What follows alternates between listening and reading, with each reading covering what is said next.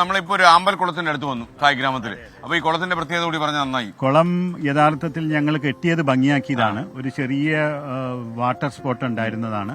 അത് കുറേയും കൂടെ മനോഹരിത വരുത്തി ഇത് ആമ്പൽ കുളമാക്കി. അപ്പുറത്ത് വേറെ താമരക്കുളമുണ്ട്. ആമ്പലും താമരയും ഒരുമിച്ചില്ലാത്ത കാരണം ഇവിടെ ആമ്പല് മാത്രമാണ് വളർത്തുന്നത്. കുട്ടികളുടെ സ്ഥലമാണ്. സത്യം ശിവം സുന്ദരം എന്ന് പറഞ്ഞ് 3 കോട്ടേജാണുള്ളത്. അവരുടെ പ്രായം അടിസ്ഥാനമാക്കിയിട്ടാണ് അവരെ താമസിപ്പിച്ചിരിക്കുന്നത്. അപ്പം നമ്മുടെ ഈ ആകാശ ദൃശ്യങ്ങളിലൂടെ നമ്മളിപ്പോ ഈ ആമ്പൽക്കുളത്തിന്റെ ഒരു സൗന്ദര്യം പ്രേക്ഷകരെ എൻജോയ് ചെയ്തുകൊണ്ടിരിക്കുക. മാത്രമല്ല ഇപ്പൊ അങ്ങയുടെ ചിലപ്പോൾ പ്രേക്ഷകർക്ക് ചില ദേഷ്യം തോന്നാൻ സാധ്യതയുണ്ട്. കാരണം നമ്മൾ ഒരുപാട് ആൾക്കാർ യൂട്യൂബിൽ വഴി വരുന്ന നമ്മുടെ കുടുംബത്തിലെ കുറെ പ്രേക്ഷകരുണ്ട്. അവരയച്ച സന്ദേശങ്ങളൊന്നും ഇന്ന് ഞാൻ വായിച്ചിട്ടില്ല. സാധാരണ ഇവരുടെ സന്ദേശങ്ങളൊക്കെ വായിച്ചവരുടെ കാര്യങ്ങളൊക്കെ ഞാൻ ചോദിച്ചറിയും. അപ്പൊ ഈ ആമ്പലിന്റെ സൗന്ദര്യവും ഇവിടുത്തെ മുളങ്കാടിന്റെ സംഗീതവും പിന്നെ നമ്മുടെ ഹരിഗോവിന്ദന്റെ സോപാന സംഗീതവും ഒക്കെ കേട്ട് ഞാനിങ്ങനെ എൻജോയ് ചെയ്ത് നടക്കുമ്പോൾ പ്രേക്ഷകരെ, പ്രിയപ്പെട്ടവരെ, നിങ്ങളെ ഞാൻ മറന്നിട്ടില്ല. നിങ്ങളുടെ സന്ദേശങ്ങളൊക്കെ നമ്മൾ വായിക്കുന്നുണ്ട്. അപ്പൊ ഇന്ന് ഇതൊരു പ്രത്യേകത. കാര്യം ഈ കാരുണ്യം ഇല്ലാതാകുന്ന ഒരു കാലത്ത് മനുഷ്യരെ സ്നേഹിക്കാൻ വേണ്ടി ഒരു വലിയ സ്ഥാപനം പടുത്തുയർത്തിയ ഒരു വലിയ ഒരു ആചാര്യനാണ് എൻ്റെ കൂടെ ഇപ്പം ഇങ്ങനെ നടന്നുകൊണ്ടിരിക്കുന്നത്. ഞാൻ അദ്ദേഹത്തോടുള്ള സ്വാതന്ത്ര്യം കൊണ്ട് ഞാൻ അദ്ദേഹത്തോട് വളരെ ക്ലോസ് ആയിട്ട് ചില കാര്യങ്ങളൊക്കെ ചോദിക്കുമെങ്കിലും ഈ മനുഷ്യനൊരു അപവാദങ്ങൾ ഉണ്ടാക്കുന്ന ഒരു കാലത്ത് അല്ലേ, പലതുകൊണ്ട് എക്സെപ്ഷണൽ ആയിട്ടൊരു പേഴ്സണാലിറ്റിയാണ് അങ്ങെന്ന് ഞാൻ മനസ്സിലാക്കുന്നു. അപ്പോൾ എനിക്ക് തോന്നുന്നത് അങ്ങേക്ക് വല്ല പുരസ്കാരങ്ങൾ വല്ലതും ആവശ്യമുണ്ടോ? ഒന്നും ആവശ്യമില്ല. ഈശ്വരന്റെ പുരസ്കാരം കിട്ടിക്കൊണ്ടേയിരിക്കും. തട്ടിയെടുക്കാൻ ആൾക്കാർ ശ്രമിച്ചുകൊണ്ടിരിക്കുന്ന ഒരു കാലത്ത് അതിന്റെ രീതി വന്നോട്ടെ. പക്ഷേ നമ്മളെ സംബന്ധിച്ച് ഈശ്വരന്റെ അംഗീകാരം കിട്ടിക്കൊണ്ടേയിരിക്കുന്നു. അതുകൊണ്ടാണ് ഇത് നിലനിർത്തുന്നത്. ഇത് നിലനിൽക്കുന്നു എന്നുള്ളതിന്റെ അർത്ഥം അദ്ദേഹത്തിന്റെ കാരുണ്യമുണ്ട്, അദ്ദേഹത്തിന്റെ അനുഗ്രഹമുണ്ട്. ഇവിടെ വന്നപ്പോ ഒരു വല്ലാത്തൊരു ഗ്രാമ അന്തരീക്ഷമുണ്ട്. കിളികൾ ചിലയ്ക്കുന്നു അല്ലെ. എനിക്കൊന്ന് ഹരിഗോവിന്ദന് വേണേ ഞങ്ങൾ നടക്കുമ്പോൾ ഒന്ന് വായിച്ചുകൊണ്ട് നടക്കും, ഒരു കുഴപ്പമില്ല. കാരണം ഞെരളത്തെ കുടുംബത്തിൽ നിന്ന് വന്ന ഒരാളെ സായി ഗ്രാമത്തിൽ വെച്ച് കണ്ടതല്ലേ അല്ലേ? അതെ അതെ അതെ. 2 ദിവസമായിട്ട് ഇദ്ദേഹം ഇവിടെ താമസിച്ചിരിക്കുന്നു. അപ്പോ ഹരിഗോവിന്ദൻ ഇടയ്ക്ക് വരാറുണ്ടോ ഇവിടെ? അതോ പിന്നെ നമ്മുടെ സ്ഥിരം എല്ലാ പരിപാടികൾക്കും ഉണർത്തുപാട്ട്. ഇപ്പൊ തുഷാർ ഗാന്ധി വന്നിരുന്നു, വലിയൊരു സമ്മേളനം ഉണ്ടായിരുന്നു. ആദ്യത്തെ പാട്ട് തന്നെ എന്റേതായിരുന്നു തോന്നുന്നുണ്ട്. ആദ്യത്തെ ഫംഗ്ഷൻ ഗണേശ ഹാളിന്റെ ഉദ്ഘാടനത്തിന് മുമ്പ് ഏറ്റവും ആദ്യം പാടി തുടങ്ങിയത് അരങ്ങുണർത്തുക എന്നുള്ള ഇദ്ദേഹത്തിന് വിട്ടുകൊടുത്തിരിക്കണേ. നമ്മുടെ കുട്ടികള് അവരെയും കൂടെ കണ്ടു കഴിഞ്ഞ് ഞാനൊരു വാർത്തയിലേക്ക് പോവാം. അതെ അതെ. ഒരു വാർത്ത വന്ന് ഇങ്ങനെ തള്ളി നിൽക്കുക. അതെ അതെ. ഈ കുട്ടികൾ ഇവിടെ സ്ഥിരമായിട്ടുള്ളത്? കുട്ടികൾ ഇവിടെ സ്ഥിരമായിട്ടുള്ളതാണ്. 25 കുട്ടികളാണുള്ളത്. നമുക്ക് മക്കളെ, നിങ്ങൾക്ക് പാട്ടൊക്കെ ഉണ്ടോ? പിന്നെ ഭജനയുണ്ടോ? മക്കളൊന്ന് പാടിക്കോ, ഞാൻ കേട്ടോണ്ടിരിക്കാം. കേട്ടോ? പാടിക്കോ പാടിക്കോ.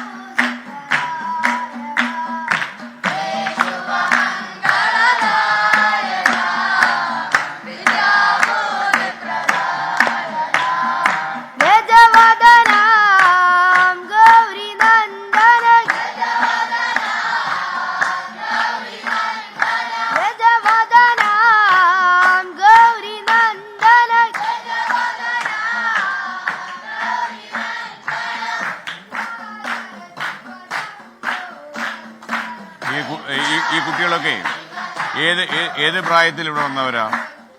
5 വയസ്സ് മുതലുള്ള കുട്ടികള്. അവര് എത്ര വയസ്സ് വരെ തുടരും?